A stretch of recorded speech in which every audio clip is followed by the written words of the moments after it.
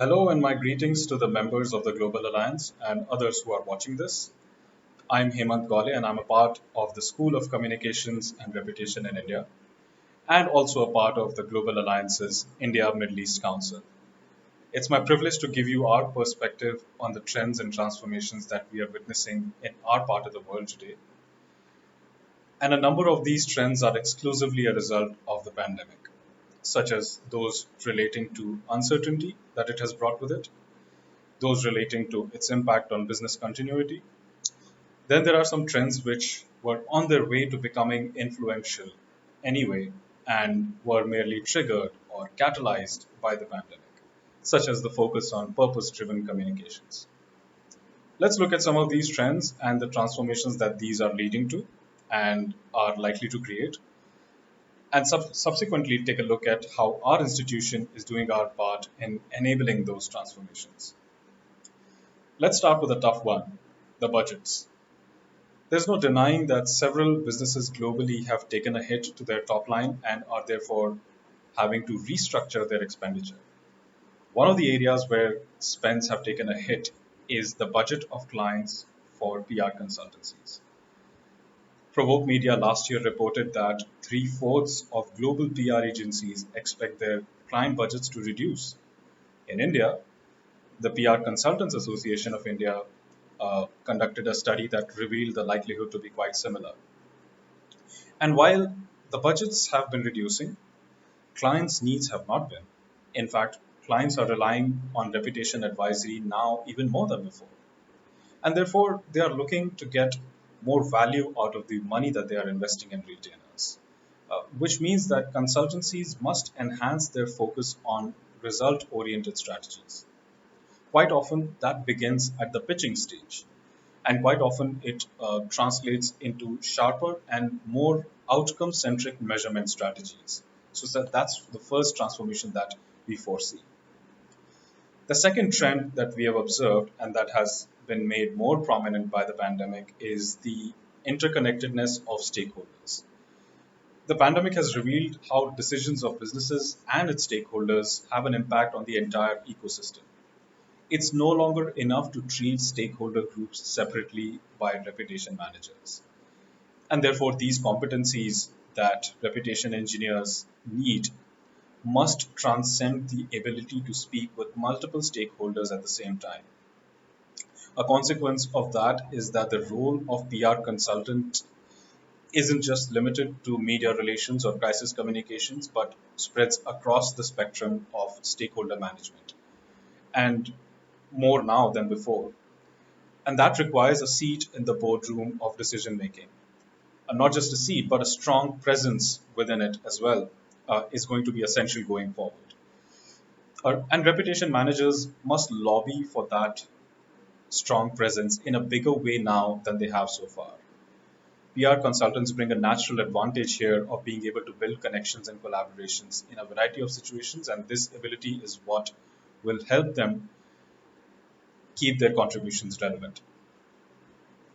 While these trends have primarily been a result of the pandemic, there are those which were amplified by it. One such trend is the blurring of lines between paid, earned search, and owned communication strategies. This trend and the consequent transformation that it has led to has been incoming for a while, to be really sure. So, what's new? Well, the pandemic did bring digital heavy communications to the forefront, along with most stakeholders interacting with brands primarily online. But this also happened at a time when PR consultants were adding digital skills and digital services to their portfolio, and digital media firms were experimenting with the idea of earned media as an offering. The last 12 months have made such kind of an experimentation very expensive, which means digital firms toying with the idea of PR were put in check, and many of these firms had to shelve their ideas or drop their plans entirely. And from a transformational perspective, PR firms that were slow on digital adoption will now need to get a move on. Now, what will enable these transformations? What kind of assets must PR firms bring to make these transformations happen? and is the current environment even conducive to it? To begin with, the first asset is the vision, specifically the vision of the leadership towards this transformation. How clear and committed is the leadership about why they are embarking on this transformation and what they aim to achieve out of it? And any change of this nature is also dependent on the leadership's ability to articulate this vision in a manner that is simple enough to resonate with employees across ranks, and also their ability to build consensus on these changes. The second important factor is agility. Specifically, how flexible and adaptable are your organization's people's practices and skill sets? Lately, we have seen a convergence of global practices in India, and we are seeing that reflected in a number of ways. From the importance of ethics to reimagination of measurement approaches to a greater focus on content creation and stakeholder management. The PR leaders of tomorrow are being groomed today in the most volatile business environments of our lifetimes, and that's even besides the pandemic. And as an educational institute focusing exclusively on creating PR leaders, we are putting our students at the center of this volatility.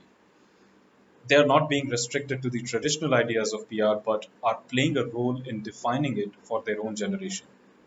One example of that is that at our institute in India, students frequently interact with communications and business leaders to understand their perspectives and their environments and what they expect from reputation consultants of tomorrow. But at the same time, the students have a say in their own curriculum, in the type of skills that they want to build, and the type of communications leaders that they want to learn from.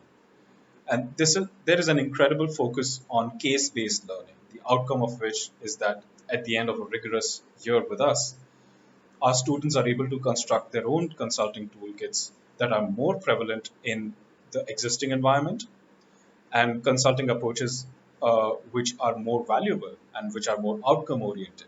And this is just the kind of asset that consultancies expect fresh graduates to bring.